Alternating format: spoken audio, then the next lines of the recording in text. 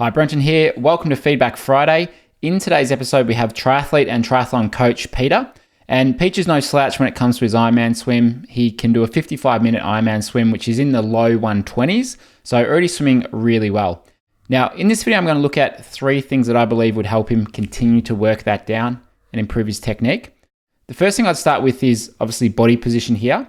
Now, if he's got a wetsuit on, I think his body position is going to be fine. But in the pool, we can see that his hips, heels, legs, they're sitting a little bit too low. And the number one thing, the very first thing we should do is work on reducing drag and aiming to be a bit more horizontal.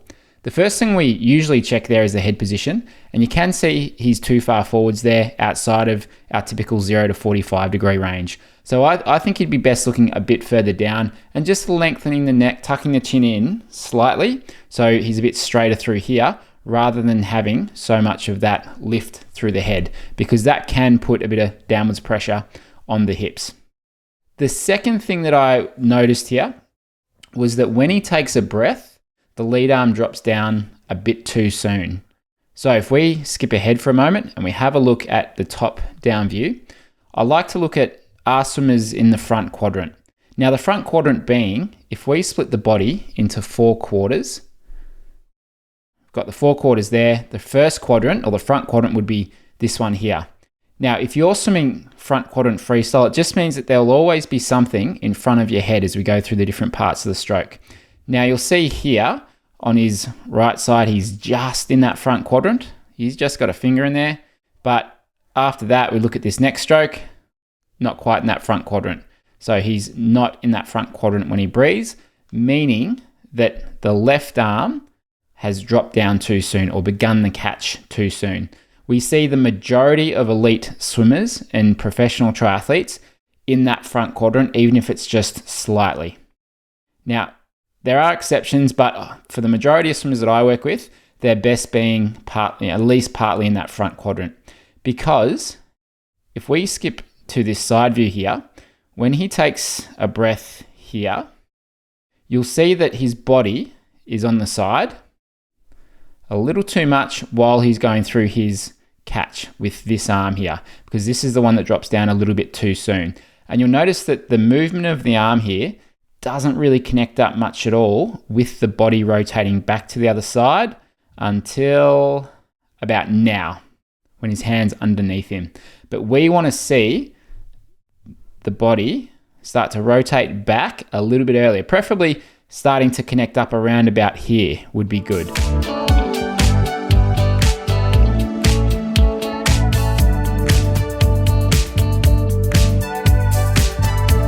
But you'll see it doesn't really connect up until about now. So he's just kind of missing out on that connection of the catch with the rest of the body. So my suggestion there would be to firstly just take that little bit longer in the reach phase here. Just slow it down while you're reaching forwards in front of the shoulder for just a little bit longer before that arm drops down. Now that can sort of feel a little bit easier said than done sometimes. One of the things that can make it feel somewhat harder to do is if you're rotating too far through the shoulders. So if you find this is an issue for you where it's really hard to be in that front quadrant and your arm's dropping down, you might be rotating your shoulders too far. If we measure the rotation of his shoulders here, you'll see he's at about 60 degrees. To me, that's too much.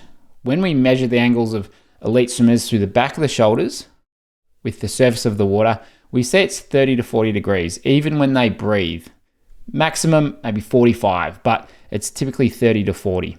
So there, I'd say he's over-rotating with his shoulders and perhaps his hips as well.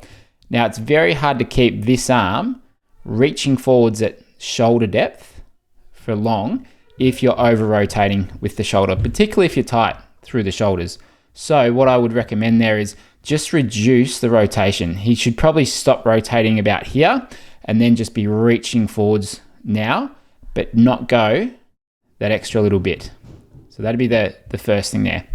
Now the third part of this, and I think this ties in really well to the timing of his stroke, would be how he's finishing the stroke. Because if we actually have a look at his catch from the side, he's doing some pretty good things here. You'll see his right arm, while it's not perfect, the right arm, yes, he can improve, but he's not dropping the elbow massively or anything like that. And we'll dig into this in a bit more detail in a second. You'll see his left arm actually gets quite a good catch. He's got a fair bit of surface area that he's working with there. And I think that's a big part of why he's probably swimming those pretty good times already. Except if we have a look from the front here, what you'll see is that in his diamond and then at the back of the stroke, I reckon he's coming a little bit too deep and too much under the body. So here, for example, if we have a look at his catch from the front, we like to measure the angle of the arm. Now at this point he's at 146 degrees. A good catch is typically 100 to 120, somewhere up around here. So that'd be 110, that'd be a great position. So currently he's down a little bit deep in his catch with that right arm and the arm's a bit straight. If we go to his power diamond, so as your hand's passing underneath your shoulder, he's not too bad with it, but again, just a bit deep and straight. A good diamond would be somewhere like that, just out a little bit wider. Now, as we go on to the next part of the stroke, you'll see that the hand comes in, which is good. But at this point here, I believe he's too deep with his arm and his hand. And so this back part of the stroke kind of gets a little bit stuck out the back and isn't getting that much propulsion from this last part because he's coming from a little deep. Here, the palm's turned in towards the body. So he's not really getting much propulsion at all because the hand's just slipping or slicing out the back, not providing that propulsion. And that is one reason why I reckon this arm just drops down, because he's not really getting any propulsion through this back bit and the arm just drops down as a result. Whereas if he just maintained a bit more propulsion on the water by keeping the palm facing back and not being quite so deep through this last part, I think that would help with this reach. So it's sort of connected with that side of things. And you could say perhaps a little bit of a splay of the legs there as well.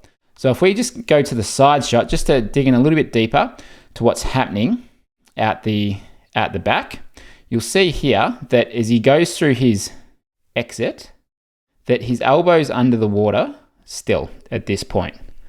And then if we look at the hand, we just sort of follow this. He's sort of coming up, it's all right, hand turns in there, and then the hand kind of gets drawn out. What we see with a really good exit is from here, hand presses back, exits, comes straight back over. That's how you get really good propulsion and drive out of that last part of the stroke. If you have a look at this footage here of Solomon Wright, who's been the New Zealand 10K champion, he has a really nice exit at the back where he's a little bit shallower through that phase of the stroke. And that's what helps with that really nice reach forwards and getting that propulsion out the back. Now, it doesn't mean you need to push back as far as you can either. It just means he should just be a bit shallower through this back part. But that might mean he needs to be a little bit shallower through some parts of his catch here and diamond here. And what I would suggest there, a really good drill that I like that we came up with a few years ago is the YMCA drill, where you're basically kicking in 4 positions for 5 seconds each, and you're just practicing the key 4 positions, which to me is the start of the catch, your high elbow position, your diamond, and then the exit. And that can just help you get a sense of where the arm should be through those different phases of the stroke. And you can see that YMCA drill as part of our drill progression in core principle number 4 inside of our effortless swimming membership. And core principle number 4 works on the catch and the pull, and will just help you refine those little details. So this has been Feedback Friday. If you know someone who's looking to improve their own swimming, love it if you could share this video, like, subscribe if you're not already, and we post regular content helping you as a swimmer or triathlete improve your technique so you can swim faster and more efficiently.